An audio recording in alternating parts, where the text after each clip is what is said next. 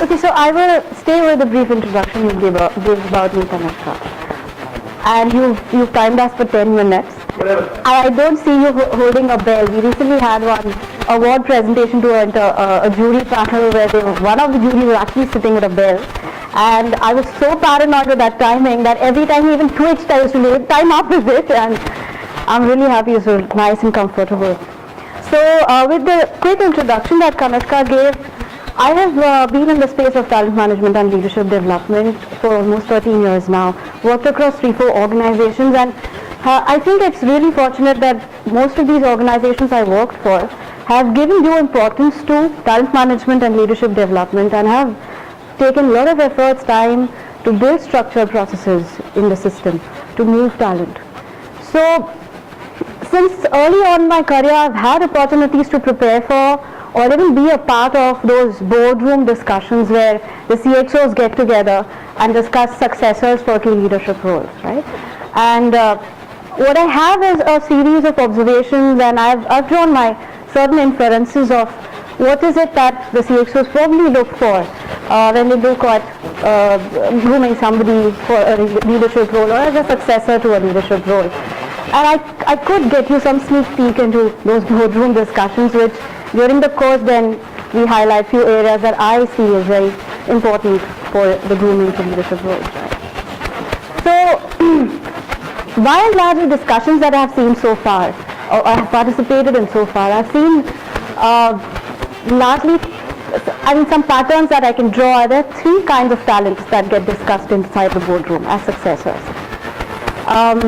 All of them primarily assuming that they are high performers and they're doing well in their current roles, and therefore they are being discussed inside for as successors. One of those guys, one of those types, or one talent could be this guy who unanimously everybody agrees to that yes, he's the guy to take up that role, whatever role it could be, which is the next key critical leadership role in the organization. Everybody agrees that yes, he is just ready, and we could set him up, in the sense, move him up the career ladder soon. I'd like to name this guy. He's my Mr. Superman. He has it all to just fly right away. There is a second type of talent which I have consecutively come across and I'd like to call him Mr. Comfort. Yeah, it's easy for me to refer to them while I'm talking. So Mr. Comfort is this guy, again, unanimously everybody is saying that yes, he's the guy who's really groomed himself in his own turf. He's just a domain expert. He's made it all. Nobody can touch him when it comes to that area of expertise, and he is really there in his subject. He's a subject matter expert. But we'll come to this Mr. Comfort very soon and discuss him in more detail. The third type is Mr. Tentative, and he is not tentative.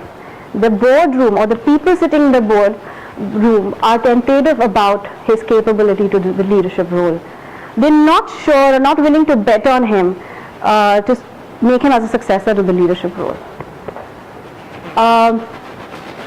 So looking at these 3 categories, I will feel that I wouldn't want to focus on the Superman right now, because he's already had it all to make the cut, and unanimously anyways everybody's agreed that he's the guy to take up the leadership role, so there's hardly any discussion around him in the boardroom. So it's all agreed upon, everybody is in consensus. Typically just a little feedback here, just a little grooming there, and I think he's just ready to fly. So that's not our focus today. That guy is not our focus today. The other 2 guys, I think we should dig deeper, because Supermans are very handful of those people where everybody is convinced about. The other 2 guys, Mr. Comfort and Mr. Tentative, are the guys we should dig a bit deeper, because you come across those a lot in the organization.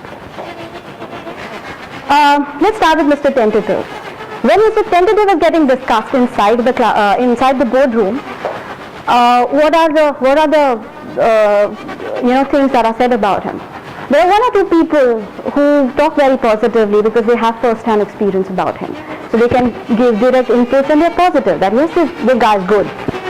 There are a larger chunk of those people in the boardroom who don't have first-hand experience. So there would be comments like, I don't know him, I don't have a first-hand experience on him. So yeah, it's a little unfortunate that he's not had the opportunity to interact with these people. There's a second, or rather, or others what they would say is, I don't have a first-hand experience of him either, but I've heard a lot of stories about him, and the way he deals with people, and how he gets along, and how he accomplishes his work and achieves performance. In my mind, if I have to look at it, most of the boardroom people are not exactly being able to put their finger on this guy as to why is it that this person has still a long way to go for a leadership role.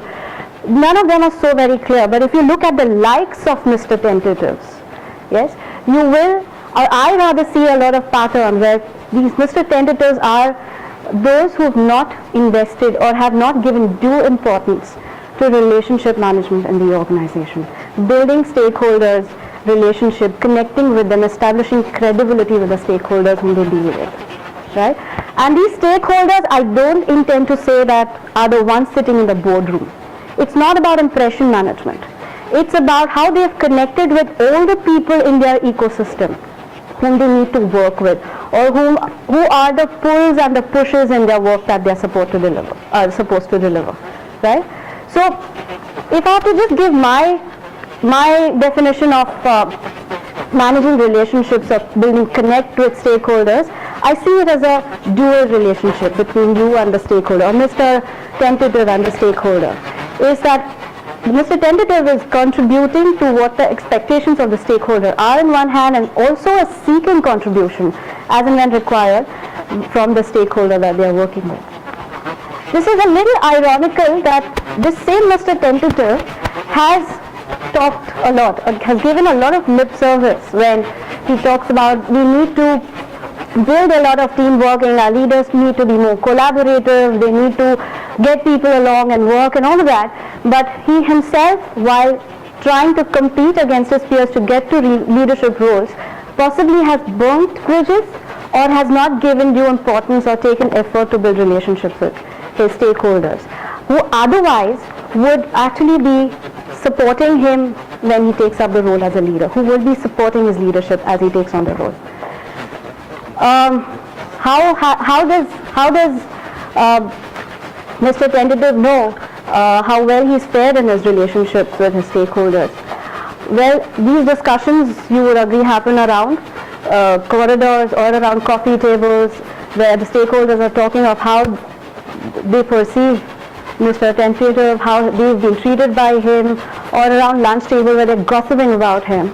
So clearly, Mr. Tentative is clueless of what is getting talked about him by, or what are his perceptions of his stakeholders about him.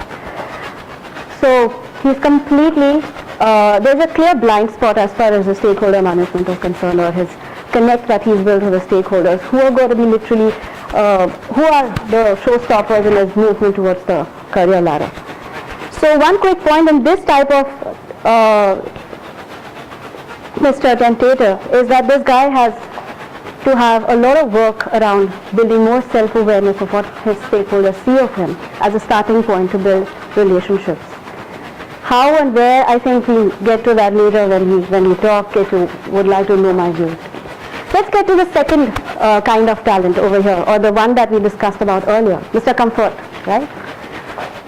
Any, from whatever I shared, would you have any views on how you could describe him? With the name, if at all something relates to you about him? Like people like him, they have interacted with him, he's likable, he's good connecting with people. Yes. But they may not see a spark in him. Okay. Could be.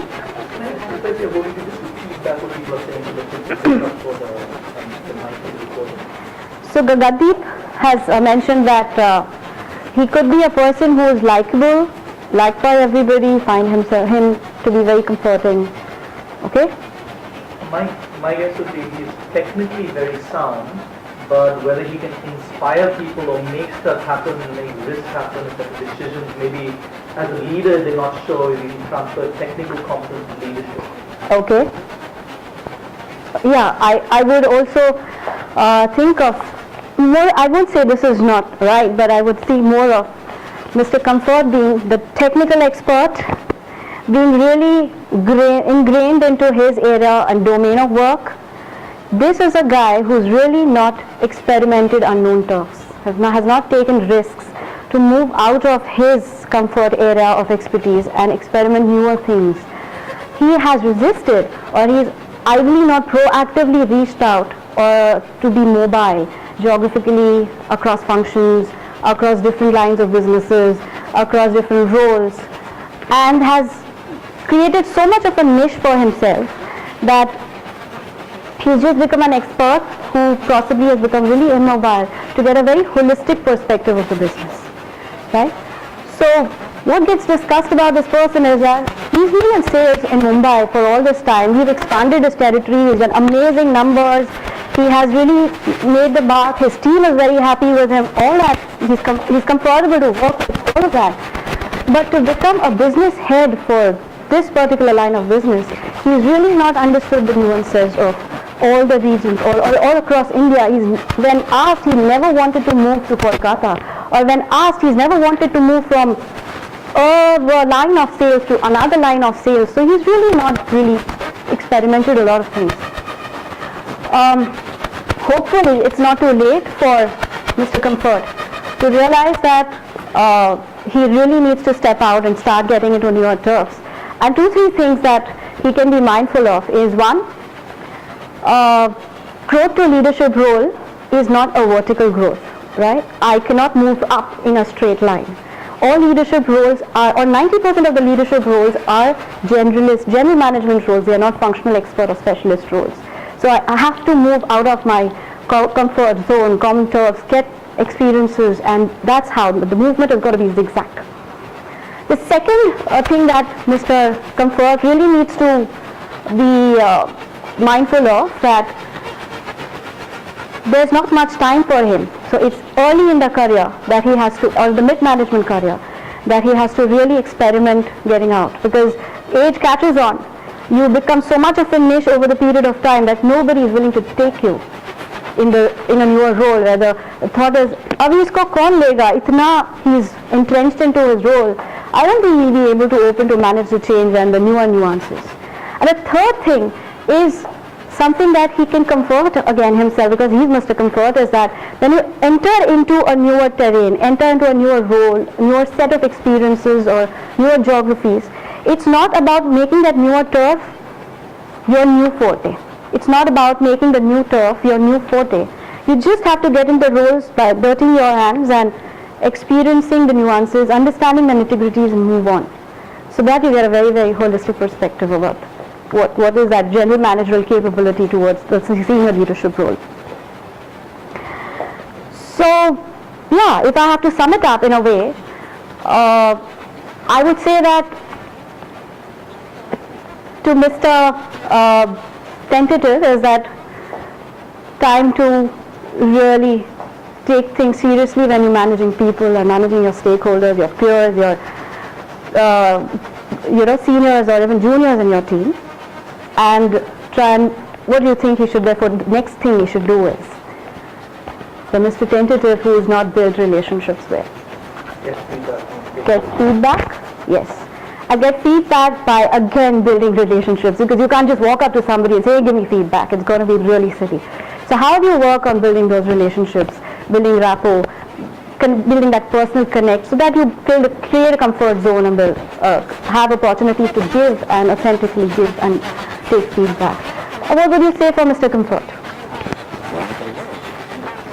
What should he do next immediately? Move, find opportunity. Sometimes people sit in their chairs saying, nothing came to me. Can he I think he just needs to kick himself at the right place and say, okay, what else can I explore? And hopefully it is not too late, because you really don't have the entire life to keep experimenting with it.